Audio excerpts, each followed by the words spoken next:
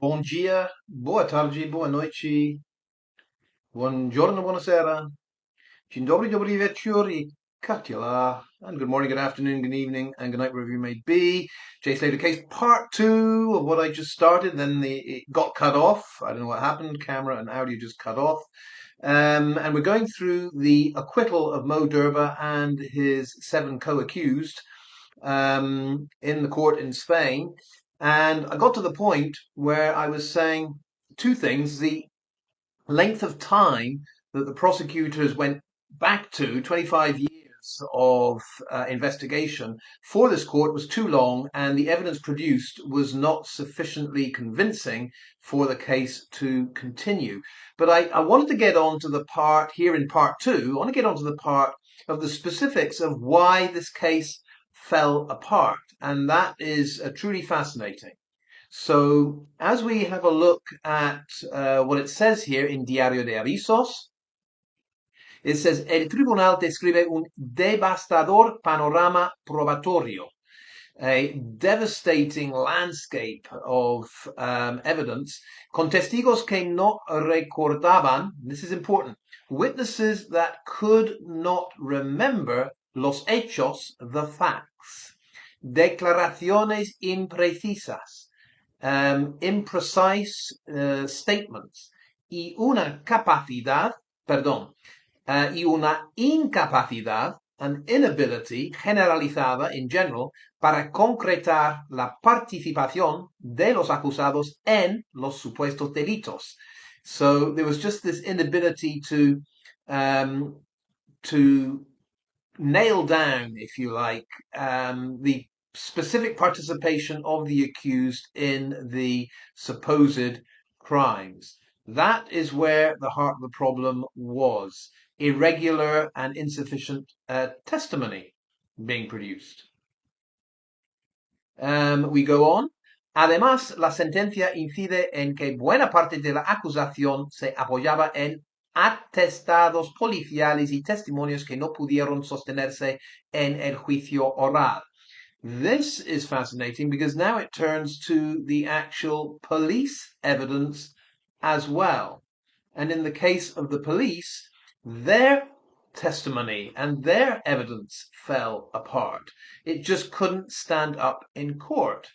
And this is the bit that intrigued me because going back to the Jay Slater case, I'm convinced that any police statements, I mean, Debbie Duncan has 600 pages of it in her report. I don't believe that would stand up in a real court. We haven't heard it in any court, coroner's inquest, or any court.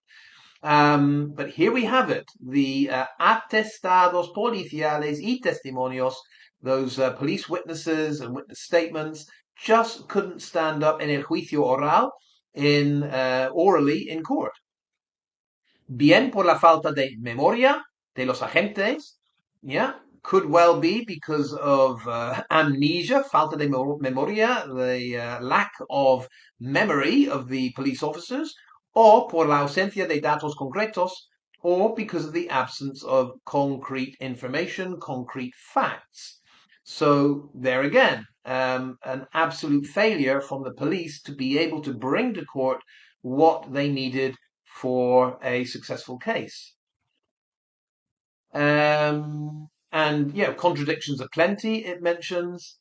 En este contexto, los magistrados subrayan la plena vigencia del principio de presunción de inocencia, señalando que la absolución no implica demostrar que los acusados sean inocentes.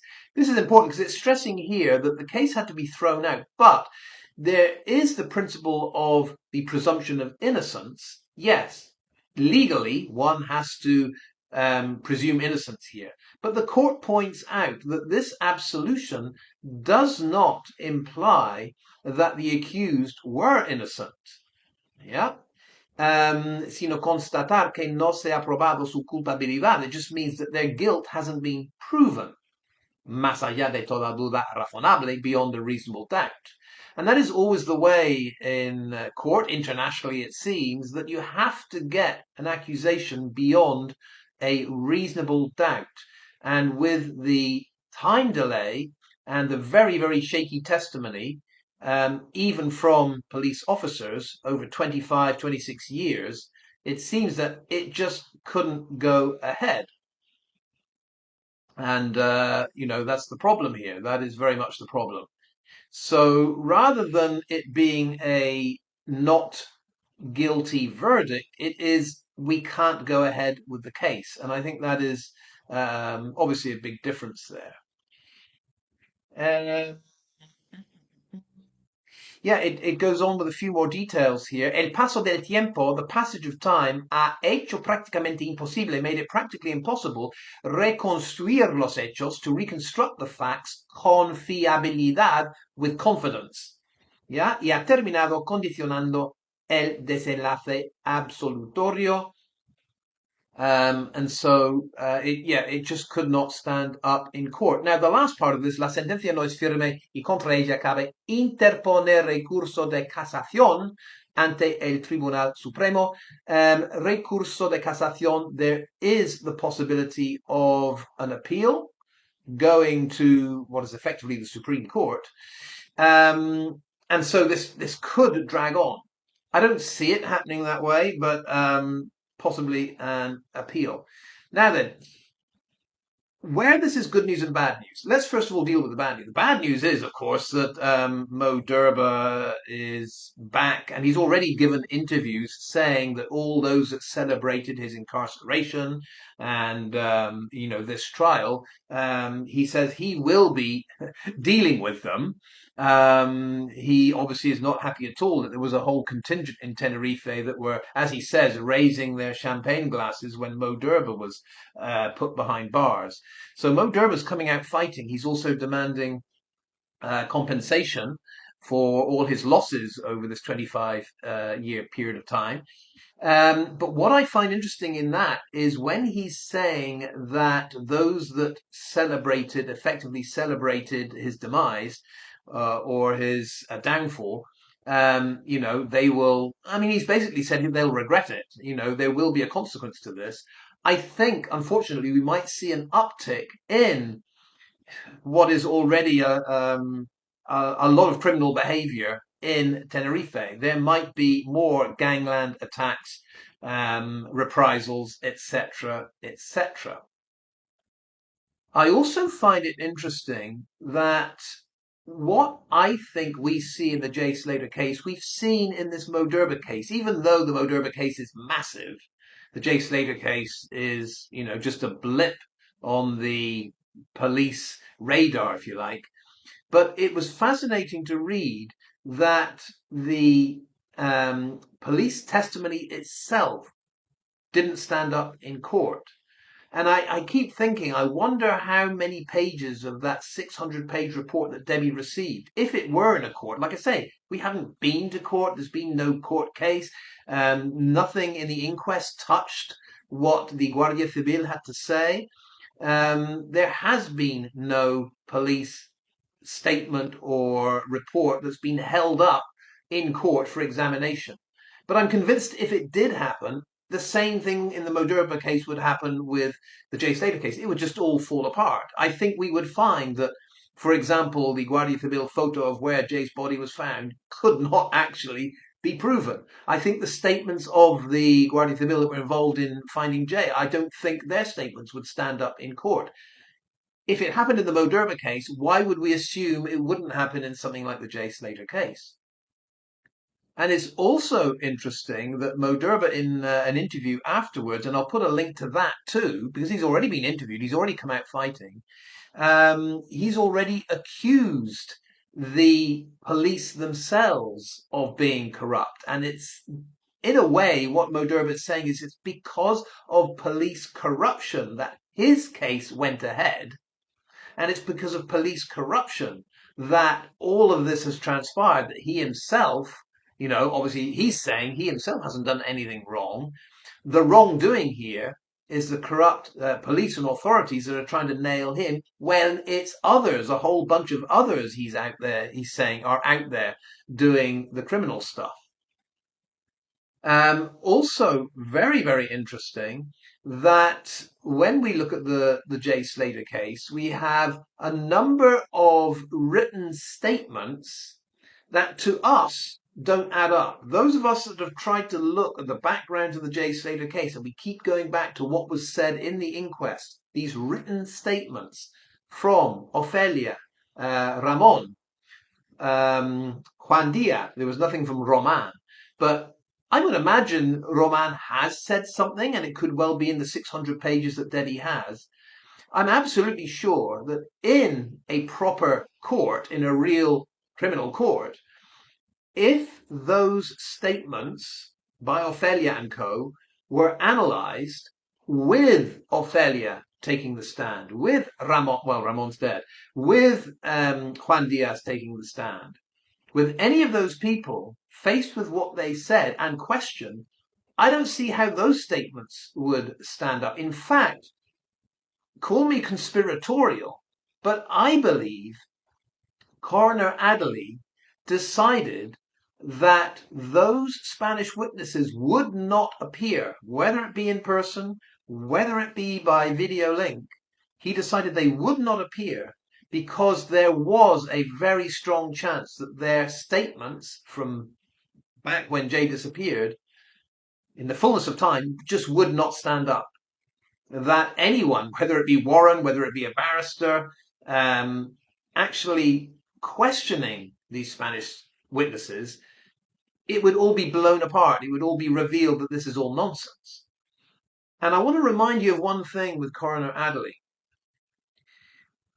I asked the coroner's office if they would be interested in the police officers, the Guardia Civil officers that actually found Jay's body, in giving a video link statement describing how that happened and what they did. And back then, I was surprised that it wasn't Christopher Long that was taking over Inquest Part 2. But for Inquest Part 1, when I heard it was Adderley, I wasn't that surprised that he didn't even look into that. If you remember, I did get a reply from the Guardia Civil chief, who I wrote to, and I said, if the two helicopter pilots or the helicopter team that found Jay Slater, if they were asked to give evidence in the coroner's inquest, would they do it?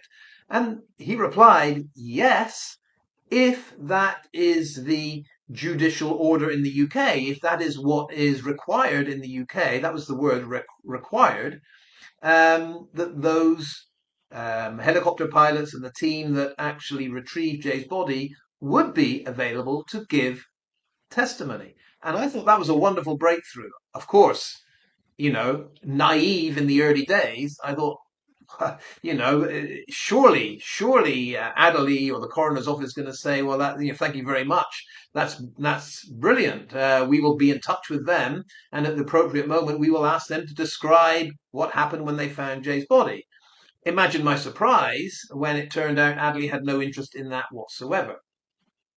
But my point about this is that I believe Adderley decided that no live Spanish witness statement should be made in the coroner's court, because I believe he knew the chances of horrendous contradictions, memory failure, what we've heard in the Moderba case, facts that cannot be nailed down, would all come out in the open.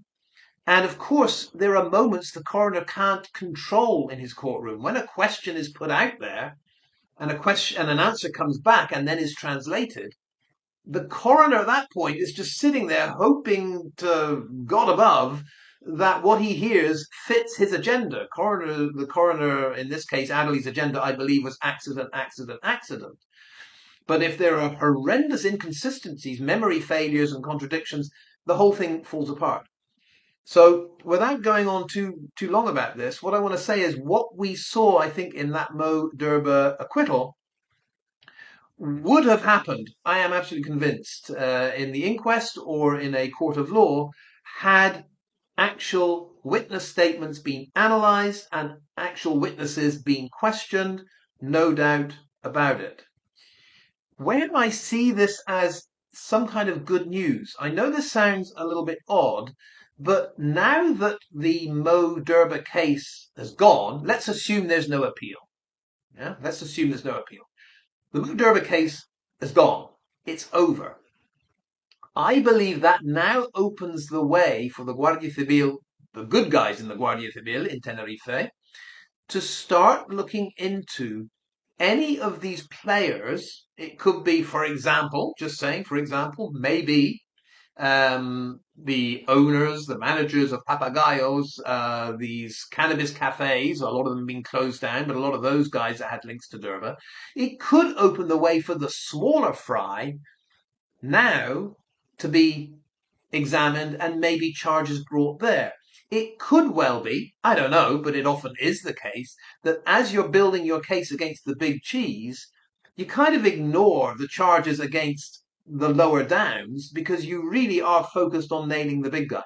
Now that the big guy is free, is out of it, I'm just wondering if a whole series of other characters that were involved in all of these shenanigans, the money laundering, the fraud, the corruption, the bribery, the illegal possession of arms, etc., if some of these lower lights are now the lower hanging fruit, if you like, if they now are available for prosecution, we might see others brought to justice, those that weren't necessarily brought to justice, or they were supposed to be part of the evidence that was upcoming in the trial that never happened, Mo Durba's trial.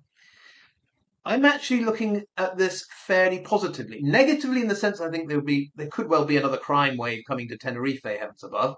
If ever we needed Debbie Duncan to start a movement to clean up what is happening in Tenerife, to use her great influence to try to get a movement of awareness for young UK people going over there, maybe the crime figures, the crime numbers would decrease somewhat with greater awareness and a rallying cry to clean up the streets of Tenerife. Maybe that would be a good thing. But in the absence of Debbie wanting to do that, because she just wants to silence people that speak out about it, in the absence of that, I think we could expect more crime, more criminal behaviour in Tenerife, but we might, on the positive side, get a few names, possibly with links to the Jay Slater case, brought into court now that Mo Durba is the big fish that got away.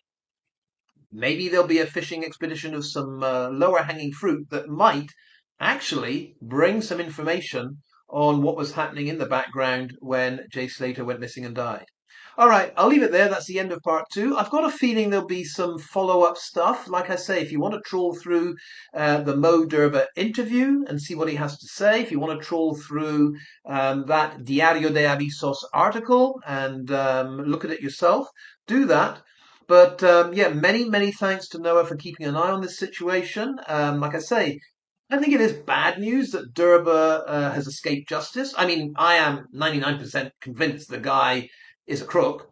And I like that hint from the Audiencia Nacional, that hint that, yeah, just because we have to presume he's innocent doesn't mean that he is. We just can't move forward with this. Yeah, bad news that he's off the hook. Bad news that he's now going to be active again with, I think, a vengeful heart in Tenerife. More cars going to be burnt out, more businesses attacked, possibly. I don't know. That's all bad news. But I do think it is confirmation that the authorities in Tenerife are bloody useless at preparing their evidence, getting their witness statements right, and going to court. That seems to be confirmed. My hunch that they aren't very good at this. But possibly, this is fingers crossed, possibly now that the Mo Durba case has collapsed, maybe some others will be lined up for a court appearance that might go our way. All right, let's leave it there. More to come later today and possibly tomorrow. So many aspects of the Jay Slater case still under the microscope and need to be analysed. I will say hasta luego and adios and see you next time.